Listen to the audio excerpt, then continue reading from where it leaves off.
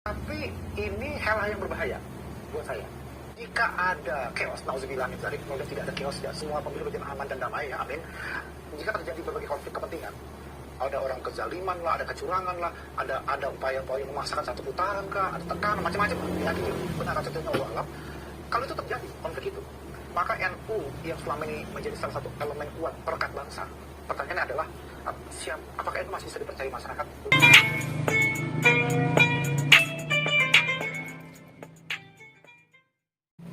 Assalamualaikum warahmatullahi wabarakatuh. Salam sejahtera buat kita semuanya. Semoga para sahabat mendapatkan lindungan dari Allah Subhanahu wa Ta'ala. Menjelang pemilu satu bulan lagi menjelang pencoblosan, keadaan semakin memanas bagi orang-orang yang punya kepentingan, terutama di kalangan-kalangan elit. Sementara di bawah, di grassroots, di masyarakat itu tenang-tenang saja. Tapi ada satu hal yang menarik, bahwa organisasi terbesar di Indonesia bahkan dunia, Nahdlatul Ulama, organisasi sosial keagamaan, itu semakin kemari itu semakin banyak yang menarik-narik, terutama dari para calon-calon, terutama calon-calon presiden, yang tarik-menarik demi mendapatkan dukungan dari masyarakat, terutama yang berbasis Nahdlatul Ulama. Dan ini menarik, semakin kemari semakin banyak sekali dan terlihat sekali aura kepentingannya. Dari semenjak pemecatan Kiai Haji Marzuki Mustamar sebagai pengurus wilayah Jawa Timur, itu kemudian semakin hari semakin terlihat sekali kepentingannya. Bahkan konon pemecatan Kiai Haji Marzuki Mustamar itu karena ada kepentingan politik, walaupun ini kemudian dibantah oleh Gus Yahya. Kami melihat ketika ada wawancara podcast Gus Nadir, itu betapa Gus Nadir menyayangkan langkah-langkah yang dilakukan oleh pengurus besar Nahdlatul Ulama, terutama oleh Kiai Haji Yahya Stakuf dan Rois Amnya di Miftahul Akhyar. Apakah ini kemudian ada statement yang dulu yang pernah disampaikan oleh Kiai Haji Miftahul Akhyar bahwa nunggu komando? Sementara NU sendiri itu sudah kembali ke Khitbah 1926, yakni tidak berpartai atau tidak mendukung salah satu paslon. Dan ini yang kemudian disindir keras oleh Gus Nadir, bahwa lain di mulut, lain di hati. Yang menjadi kritikan keras Gus Nadir adalah pengurus besar Nahdlatul Ulama mengumpulkan pengurus-pengurus cabang, pengurus-pengurus wilayah di salah satu hotel di Surabaya, walaupun secara tertulis tidak dituangkan, tetapi aroma untuk mendukung salah satu paslon itu terlihat sekali tegas beliau. Nah, ini pernyataan beliau, coba kita lihat. Dikumpulkan oleh PBNU di Hotel Bumi, pengurus Rois Am hadir, ketua umum hadir, ya. Rois dan ketua Tanfiziyah seluruh Indonesia, PW, PC, Rois dan ketua Tanfiziyah. Ya. Berarti Kiai Akhyar ada, Kiai Akhyar ya hadir. Berarti Gus Yahya juga ada. Gus Yahya juga hadir. Gitu. Lengkap. Dan saya mendapat informasi yang saya sudah cek, saya sudah tambahin ke sejumlah kiai sepuh yang hadir, bahwa memang ini menjadi masalah ketika retorika di luar adalah netral, ya, tapi ternyata lain di mulut, lain di pertemuan itu.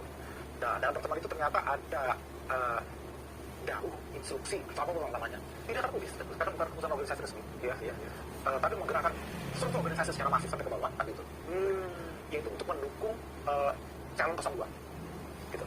Nah, ini menjadi keresahan, kenapa kemudian PBNU melanggar apa yang dia sampaikan sendiri sebelumnya. Betul. Alasan Gus Nadir tentang ini berbahaya untuk NU ke depan memang logis. Karena apa?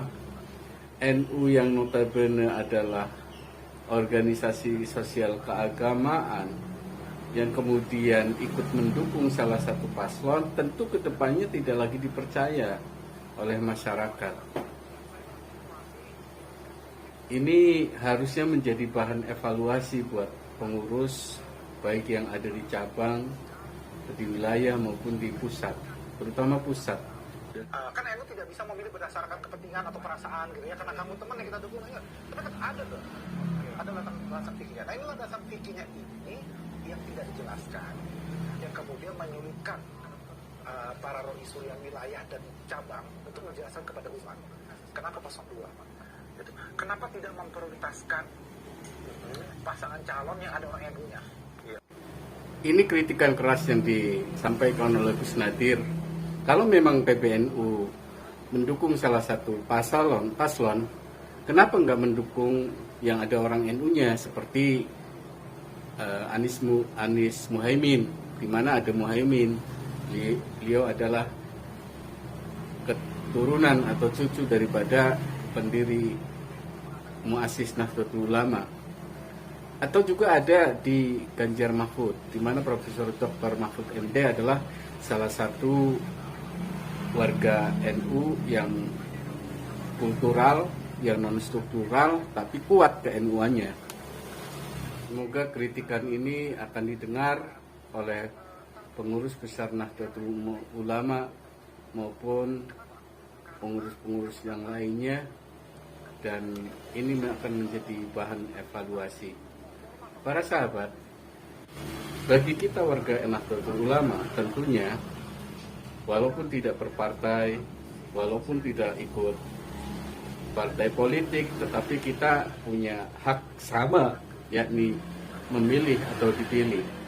Oleh karena itu, kritikan keras yang disampaikan oleh Gus Nadir semoga menjadi bahan buat pengurus besar Nahdlatul Ulama untuk selanjutnya dievaluasi kembali apakah ini sangat perlu atau tidak. Karena yang pada akhirnya seperti yang dikatakan oleh Gus Nadir, ini akan berbahaya buat Nahdlatul Ulama ke depan. Yang sebagai civil society, apakah nanti ke depannya akan dipercaya? Ini kan hanya karena kepentingan saja sebenarnya.